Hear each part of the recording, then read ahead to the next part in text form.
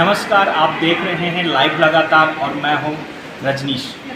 आज बीते 9 अगस्त से झारखंड में जनजातीय उत्सव मनाया जा रहा है। यहां पर तरह तरह के झारखंडी कल्चर, संस्कृति को दर्शाया जा रहा है, यहां दिखाया जा रहा है। उसी संदर्भ में झारखंड के TRL में एक वार्ता का, एक व्याख्यान का आयोजन किया गया है। इसमें गुजरात से आए रिसर्चर, गुजरात विद्यापीठ से आए रिसर्चर से हम बात करेंगे, जानेंगे कि क्या आदिवासियों की विकास के बारे में। सर, झारखंड या भारत में रहने वाले आदिवासियों की इतिहास स्वर्णिम है। वो लोगों का बलिदान या वो स्वतंत्रता संग्राम है, उसके अलावा उन लोगों का विकास उस तरह से नहीं हो पाया जिस तरह से उन लोगों ने अपनी लड़ाई शुरू की थी। हाँ, विकास नहीं हो पाया, इसके कई वजह हैं। क्योंकि ट्राइबल जो पूरा बेल्ट होता है ना, वो बिल्कुल देहातों में, जंगलों के आसपास में उनका निवास स्थान रहता है।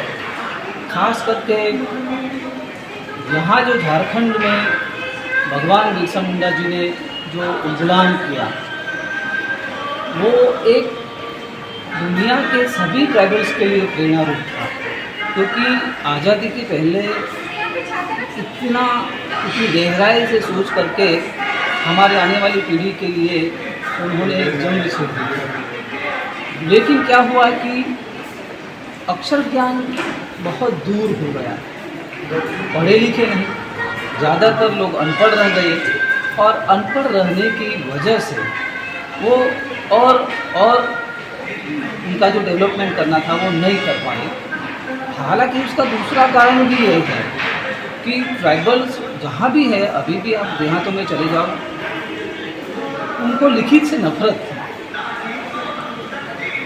इतिहास में हम देखेंगे तो अंग्रेजों की कोठियाँ जला दी गई थी, या कि कागज़ जब से आया तब से ही लड़ाई शुरू हुआ। बाकी तो आदिवासी ऐसे अपनी ज्ञान परंपरा, सांस्कृतिक पूरा जीवन, इस सृष्टि निर्माण का जो पूरा कल्चर है वो अपनी जीप पर लेकर के घूम रहा था पहाड़ियों में, कंदराओं में। लेकिन ये अक्षर आने के बाद ही बहुत बड़ा धोखा हो गया उनके पास, और वो धोखा अभी भी झेल रहा है। कुछ लोग पढ़ लिख करके आगे आए और हमारे इसी ये जो ज़मीन है, ये आदिवासियत की मूल बीज की ये ज़मीन है। इसी ज़मीन से निकला हुआ रामदयाल मुंडा जी, जयपाल सिंह मुंडा जी, ऐसे कई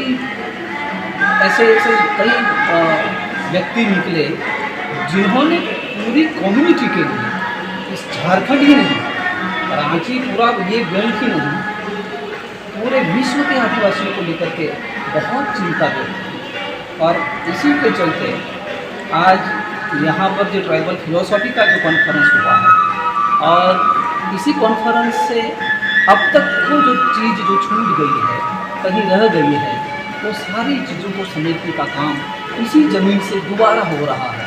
तो मुझे लगता है कि आने वाला एक युग ऐसा होगा जो जब आदिवासी ऐसे अनपढ़ और अविकसित रह गए, ऐसा नहीं होगा। हालांकि रामदयाल मुंडा जी तो विकसित होने का ही विरोधी थे।